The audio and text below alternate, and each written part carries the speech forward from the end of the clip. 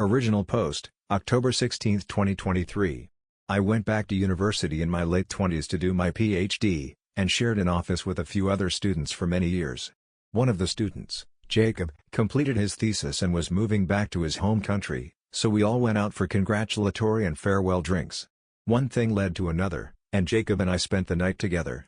A few weeks later, I realized I was pregnant, and I had no way to contact Jacob. His university email and mobile number had been deactivated since he'd left the university and the country. I didn't need anything from him and was fine to raise the child alone, but I thought he had a right to know. I googled him a few times over the years but never found him. This last week, our department had emailed everyone to introduce and welcome our new manager, Jacob, with a photo and a blurb about his education and work history, so I know for sure it's him. The night we spent together changed my life because it made me a parent, so I have thought about Jacob from time to time when my daughter asks about her dad, or I notice a genetic trait she didn't get from me. However, I doubt Jacob has given that night a second thought. I have no idea whether he will have any concerns about being my manager given our history, or whether I'm making a bigger deal of this than I should. For what it's worth, in my years of sharing an office with Jacob, he seemed easygoing and practical. In our company, it is common for everyone in the department to reply all to these introduction emails and introduce themselves, welcome the newcomer aboard, and explain how their role will interact with theirs. I'm not sure if my email should note that Jacob and I studied together years ago as a way to get that out in the open?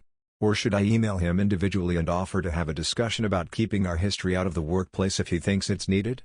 I'd appreciate any suggestions for language that indicates I'm not concerned and will be completely professional. And then, in direct contradiction to that, I'd also appreciate a script for a separate email saying, "Can we please meet outside of work because I need to tell you something important about our history," so I can tell him about his daughter. If you or any commenters think I shouldn't tell him, or I should let him settle into his new country and new job first, I would definitely take that on board. Update 1, June 11, 2024, 8 months later. You guys were right, it was a really big deal.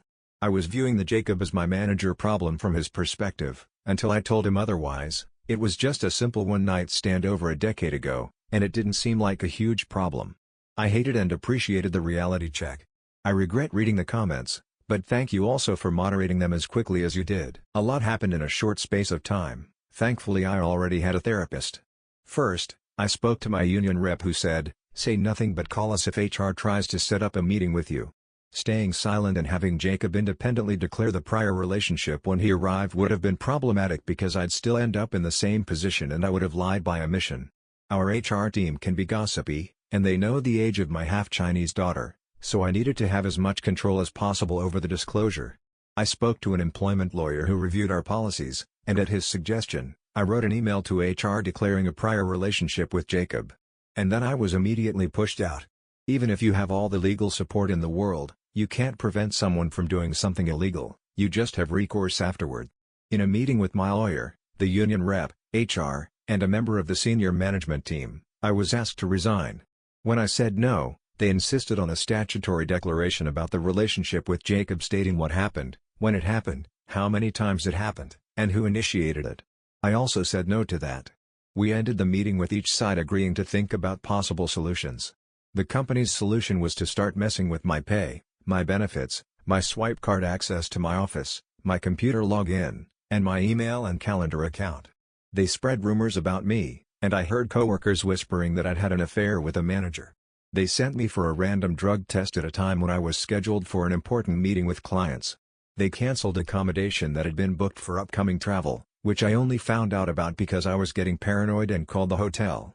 I can't describe how awful it feels to know that someone with this kind of power over your job is devoting their time and energy to thinking of ways to screw with you.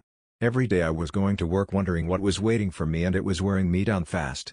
The advice from the union rep was to go back in time and follow their first piece of advice, or just keep documenting everything as we prepared to take legal action. The lawyer estimated that it would take at least a year to get any kind of resolution, and I didn't even want the job anymore. By this point, I wasn't sleeping much, and I had cried a few times at work. I was beginning to crack, and we were only just getting started. So, I resigned. I wish I'd held up better under the pressure, but it was all just too much with the looming deadline of Jacob's start date at our office, and whatever way HR was going to drag him into this. I'm lucky that I can take my time looking for a new job, so I've had some space to process everything. Outside of the work stuff, I spoke with a family lawyer who outlined all the possible ways this situation could go, and what the most likely outcomes were. Basically, my daughter is old enough that what she wants would get heavily weighted by a court if it came to that. I have spoken to my daughter many times about her father. I told her what I knew about him and that I had tried to contact him. I've offered for her to see a therapist if she ever wanted to talk about it with someone who wasn't me, and she has always said thanks, but no thanks. The family lawyer helped me write a letter which I left for Jacob. I told him about his daughter, said I wasn't trying to get anything from him, and gave him the contact details of my lawyer. After a few weeks of me freaking out that HR had somehow intercepted the letter, he emailed my lawyer. He was the easygoing and practical Jacob I remembered. He was still processing it but said he wasn't going to take any legal steps. He offered us his family medical history, he apologized if I resigned because of him, and he said he would like to meet our daughter if she's interested. She also has some siblings. I told her all this. She said she's happy that she has her father's contact info, but she doesn't want to meet him right now. She's of the view that having him in our lives would cause unwanted disruption. And she doesn't even know about the work stuff. Story 2, Am I the asshole for feeling like my eldest daughter should be treated the same as my real children? Original post, June 2, 2024. When my 45 male, daughter 13 female, was born I immediately felt that something was obviously amiss. She was blonde-haired and blue-eyed, which was extremely unlikely for a child of myself and my ex-wife 39 female. I am very Mediterranean, and I have olive skin, dark eyes, and dark hair. My ex-wife has brown eyes and relatively dark brown hair. Her skin is barely lighter than mine. The baby also clearly bore no resemblance to me or anyone in my family at all. I had been having misgivings about my ex, too, and she seemed too quick to express surprise and make excuses. Still, I didn't want to throw away my marriage over what could have been my own misunderstanding of genetics, and so I signed the birth certificate. I instantly knew that I was going to have a paternity test done, but something else surprised me. When I brought our little girl home, I still fell in love with her. It felt just like bringing my son home, and looking at her, I still just saw her as an innocent, beautiful little baby. We bonded. The paternity test came back negative, as I suspected it would, and I decided that our marriage was over. I still loved our little girl though. My then wife did everything that she could to drag out the divorce and refused to separate or move out. My daughter's biological father, every bit as blonde and blue-eyed as I suspected, turned out to want nothing to do with her or my ex. He was already married with his own family, and his only focus was preventing the situation from blowing back on himself too much. My ex went totally nuts when both I and her affair partner rejected her, and she made some very unfortunate decisions. To make a long story short, she ended up with prison time for crimes including identity theft, assault with a deadly weapon, and grand theft auto, when she stole credit cards and forged documents for both of us, and when she stole her affair partner's car and tried to run him over with it. I ended up with custody of our kids, with the affair partner never even attempting to establish any kind of paternity rights. I didn't want to press the issue myself, as I couldn't deny that I had bonded with this child, even knowing that she wasn't my real daughter. I had been shunning my ex-wife as best I could and trying to move on with life after she was finally out of the house. It wasn't long before I got together with and married my current wife 34 female, and we've since had another 2 children. My eldest daughter is a total daddy's girl, and we have a wonderful relationship. She always feels loved, and I treat her the same as my other kids. Even though she obviously stands out, my family accepts her too, or at least that's what I thought. I worked for my father's company, and the other day we were out talking about the future and his will, and he was talking about what money and assets he wanted to leave to whom, including his grandchildren, and I noticed that my older daughter had been left out. I mentioned it to him, and he said, "It's nice what you've done for daughter's name, but you have real children, and obviously they should come first." I interrupted him, and I told him that she is my real daughter, and that I thought she should be treated equally. He just paused and looked at me for a moment, and he said, "I guess you feel how you feel," before he noticed I was still about to argue with him, and he shrugged and moved the conversation onto things about work and my siblings. I was too polite to try to force the matter at the time, but it sort of stuck with me. My father isn't the type of man to harp on a point, and I am certain that he's content to have said his piece and would let the matter drop. He could certainly tell that what he said upset me, and so I doubt he'd bring it up again. Frankly, he sort of raised me the same way. At the time, I was shocked, because he's always seemed to accept my daughter as a part of the family. He buys her gifts for her birthday and for Christmas, and he makes her feel welcome, but, thinking about it, he really is just a kind, polite, and generous man in a lot of ways. He will and has bought Christmas gifts for high school friends or significant others, if he knew they were coming, and the same for other gift-giving occasions. He's generally very hospitable to anyone his friends or family bring around, so I thought that maybe it was just that, and I misinterpreted. My wife is Asian, and so my eldest daughter always stands out.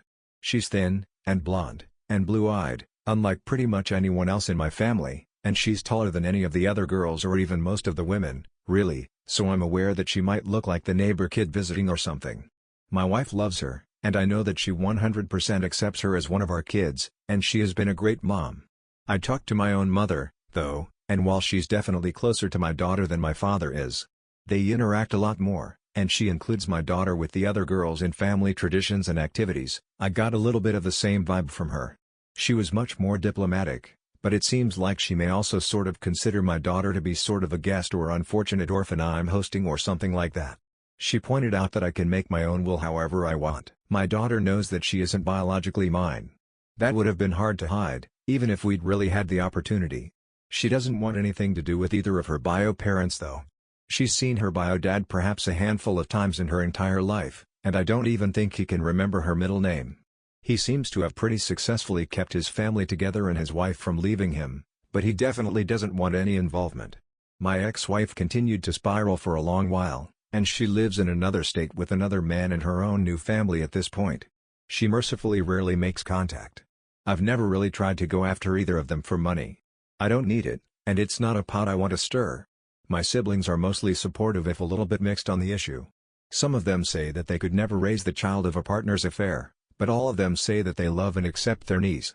I just can't get over the way that I feel distant and upset about what my father said though. He's an extremely kind and generous man, and he's always taken care of his family.